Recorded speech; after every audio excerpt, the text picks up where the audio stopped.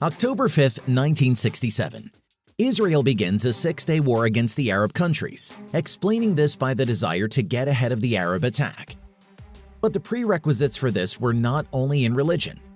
In 1964–67, the sharing of water resources was one of the most divisive issues. The situation was so acute that the Arab countries planned to move the headwaters of the Jordan River so that the water would not reach the Jews. In turn, Israel was aware of how important water is for the development of the state. The victory in the war and the capture of the Golan Heights allowed Israel to gain control of the Sea of Galilee and have access to its resources. Today, the conflict is frozen, but the problem of water is no longer an issue, because Israel produces 20% more than it consumes. How did the country transform from a critically water-stressed nation to a prosperous, water-abundant nation? Keep watching.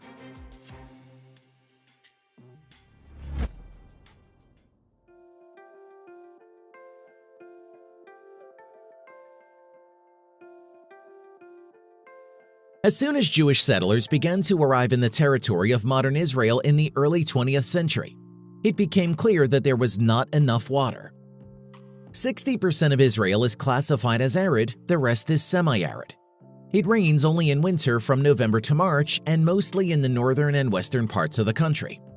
From April to the end of October, there is practically no precipitation throughout the country.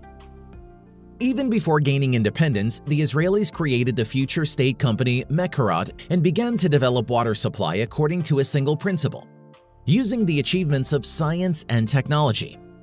Deep wells were drilled in mountain aquifers. Water was supplied through pipes under pressure, overcoming the differences in relief. For uninterrupted water supply, regardless of precipitation, a system of reservoirs as well as sprinkler irrigation was used. But the most revolutionary invention was drip irrigation, created in the late 1950s by Simcha Blas, the former chief engineer of Mekarot, and further developed by his son Yeshayahu. In such a system, the right amount of water and nutrients are delivered directly to the roots of the plant using special pipes and droppers. A plant gets exactly when and what it needs for maximum growth. Water use efficiency is 95%. For comparison, conventional irrigation has an efficiency of 45%. If in 1964 about 80% of all water went to crop irrigation, then this figure dropped to 63% in 1997 as a result of drip irrigation. But even that was just the beginning. Immediately after gaining independence in 1948, Israel began to develop the National Water Carrier Project, a grandiose infrastructure project that was supposed to deliver fresh water almost throughout the country. The National Water Carrier was created to transport water from Lake Kinneret, also known as the Sea of Galilee, and other water sources in the north to the arid regions in the south. In this way, a national water supply system could be created that would provide fresh water to all parts of Israel. The total length was 130 kilometers. During the construction of the National Water Carrier, 7 million cubic meters of soil were excavated. About 1.7 million cubic meters of rock were mined. 500,000 cubic meters of concrete were poured, and 15,000 concrete and steel pipes were laid. It's not even the numbers that are more impressive, but the issues that they had to face as well as their solutions.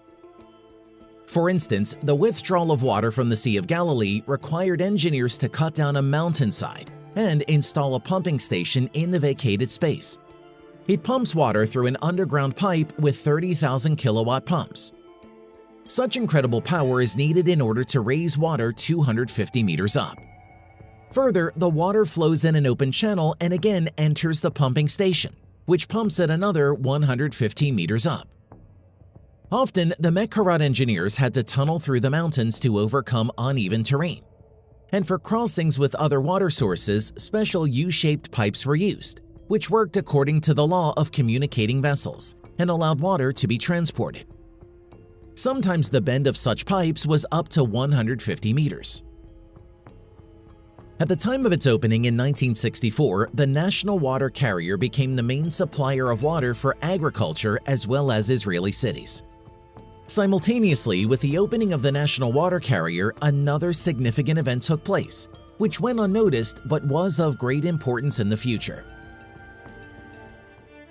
In 1964, the first desalination plant opened in Eilat. The city is located in the very south of the country in a very arid climate, and the national water carrier did not reach there. Nevertheless, Eilat stood right on the Red Sea. First, water was desalinated at the station by freezing. Later, they switched to various distillation options. But the most effective method was reverse osmosis under pressure. Ultra-thin osmotic membranes and the process technology were developed by the American-Israeli scientist Sidney Loeb in the 1970s, who moved from the USA to the Negev and worked at Ben-Gurion University. From 1977 to 1997, reverse osmosis desalination plants operated in Eilat, but their capacities were used only to meet the needs of the city's residents.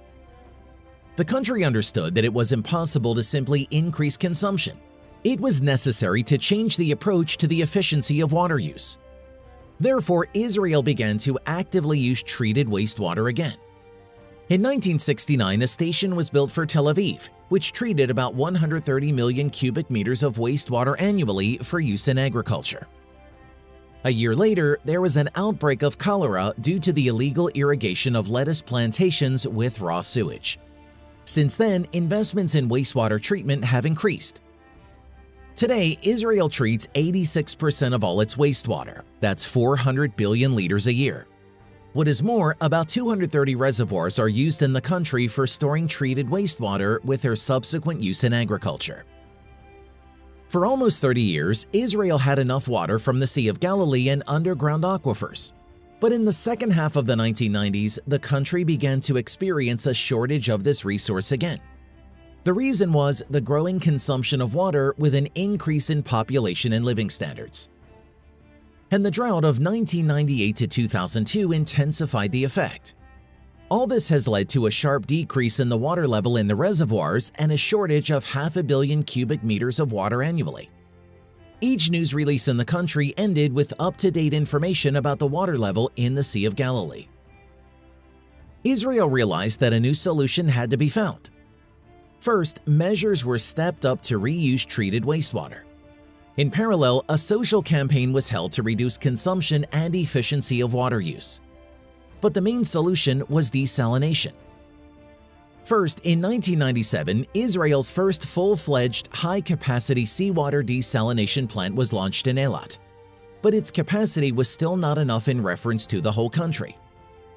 The drought prompted the government to take more decisive action, and between 2002 and 2009, several more plants with a total capacity of more than 300 million cubic meters of water are being opened in the country. So in 2013, the plant in Sorek was launched, the pearl of Israeli hydraulic engineering.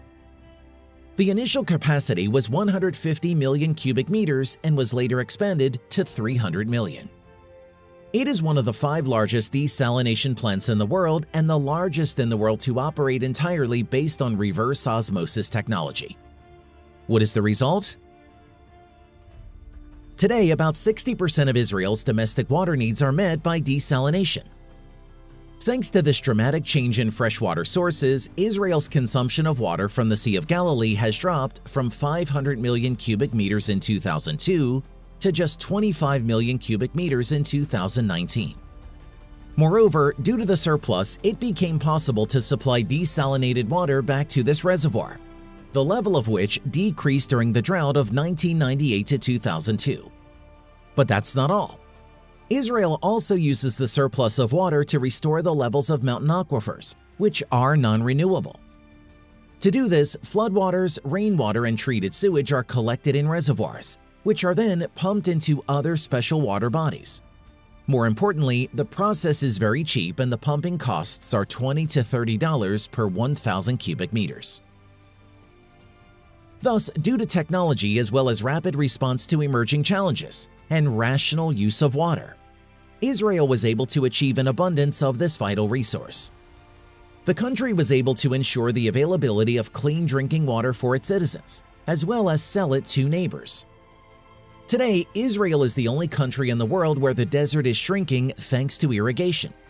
And this does not lead to an ecological catastrophe as in other countries.